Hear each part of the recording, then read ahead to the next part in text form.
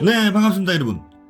반유동 낚시만 하다가 어느새 반응구슬이 없는 전유동 낚시가 관심이 가져지는 시기가 반드시 옵니다.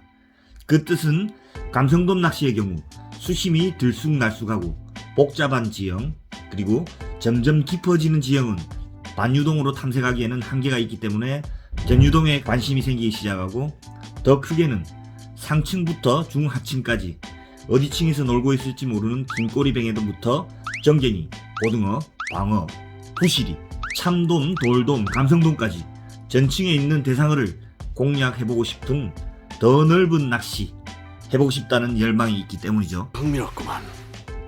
하지만 실전 낚시에서는 잔잔한 바다에 파도도 없고 바람도 없고 조류만 정직하게 흐르는 그런 상황이 아니라 노을도 있고 바람도 방해하고 조류는 엉망진창일 때가 많습니다. 이제 전유동을 시작하는 조사님들은 시작은 원대하였으나 전유동의 첫 번째 시련인 채비내림의 문에 턱 하고 막히게 됩니다. 일단 바늘에 단 미끼가 내려가야 무슨 바닥에 끓든 위에서 천천히 탐색을 하든 해야 하는데, 채비 자체가 내려가지 않으니 한참 흘리다가 리를 감다 보면 찌가 쓱 하고 바로 올라오는 그런 경험을 하게 되면서 전유동 낚시의 첫 번째 관문에서부터 막히게 됩니다. 많은 반유동 낚시 매니아들이 전유동 입문 후 나는 전유동하고 안 맞네, 또는 전유동 몰라도 고기 다 잡을 수 있어, 또는 난 감성돔 낚시 말고는 다른 낚시는 안 해 하며 좀 더 복잡하고 어렵다는 것을 애써 인정하지 않으며 금방 포기하는 경우도 있을 거라고 생각합니다. 오늘은 전유동 낚시의 기본이자 첫걸음인 채비 내림을 방해하는 요소와 그 해결책을 알려드리도록 하겠습니다. 자, 가시죠.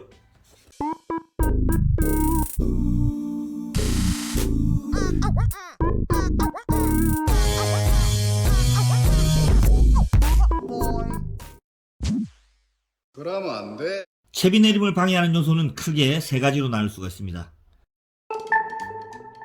원거리 낚시나 찌가 멀리 흘러가게 되었을 경우 원줄이 빠져나가지 않는 경우입니다. 원거리 낚시는 기본적으로 플로팅 원줄이든 세미 플로팅 원줄이든 멀리 있다면 줄이 물 위에 또는 물 아래에 나와 있는 양이 많기 때문에 미끼가 원줄을 당겨가면서 내려가기에는 더 큰 힘을 요하기 때문에 많은 양의 원줄이 나와 있다면 멀면 멀수록 채비 내림이 힘들어지는 경우입니다.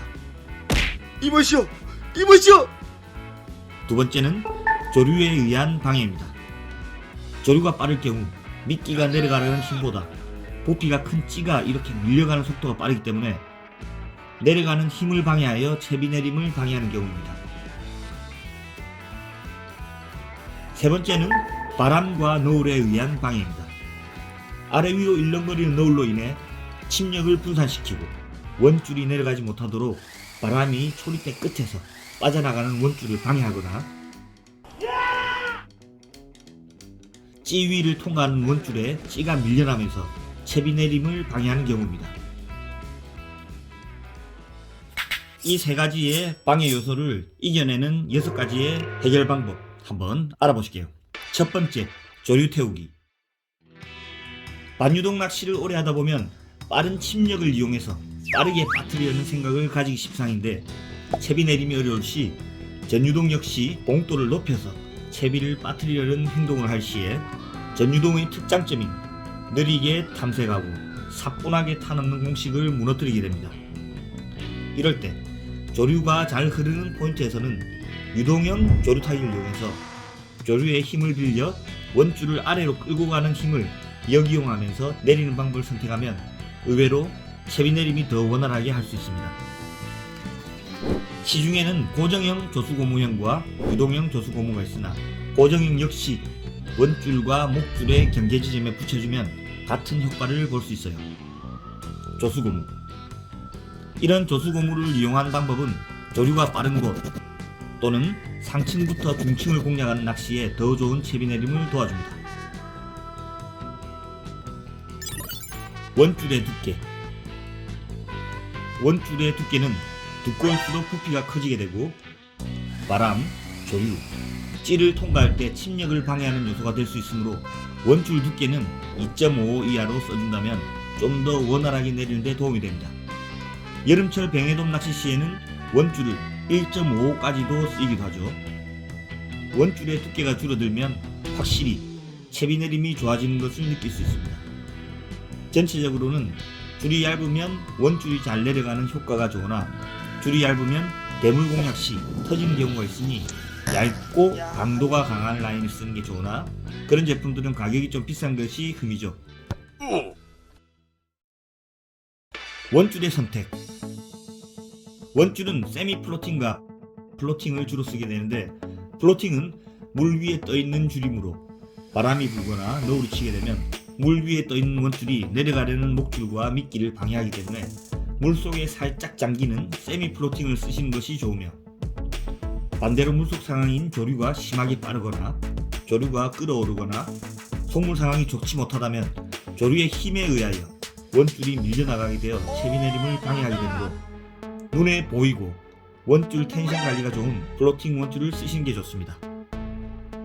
보통은 스프리나 릴을 하나씩 더 준비해서 하나는 세미, 하나는 플로팅 이렇게 써오시는 것도 좋은 방법이죠.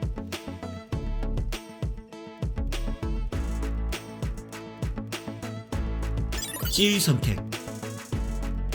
보통 전유동 전용찌는 위쪽에 구경이 넓어 줄 빠짐이 좋고 아래는 좁기 때문에 입질이 오면 빠르게 찌에 어신이 오도록 되어 있는데, 전유동으로 원거리까지 노리게 된다면 줄 빠짐이 더욱 어려워지는 것은 막을 수가 없습니다.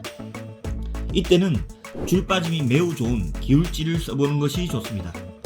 기울찌는 물 위에서도 약간의 경사가 있어 이렇게 적당한 무게와 조류만 있다면 전유동 구멍찌보다 훨씬 더 원줄 방출이 쉽습니다.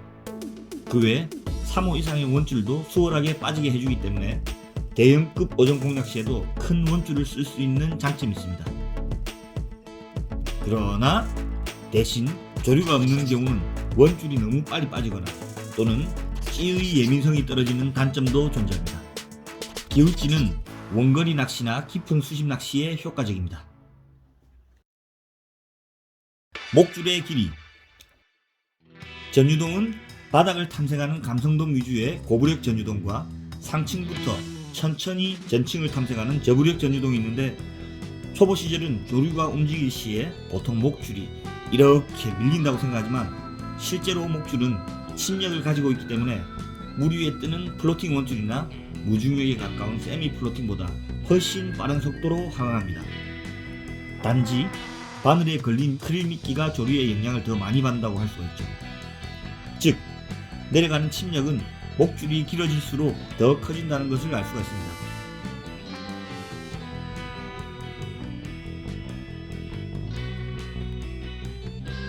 저부력 전유동에서는 목줄을 길게 하는 것이 봉돌을 크게 달아서 빠르게 내리는 방법보다 천천히 탐색을 할 수 있는 방법 중에 하나입니다.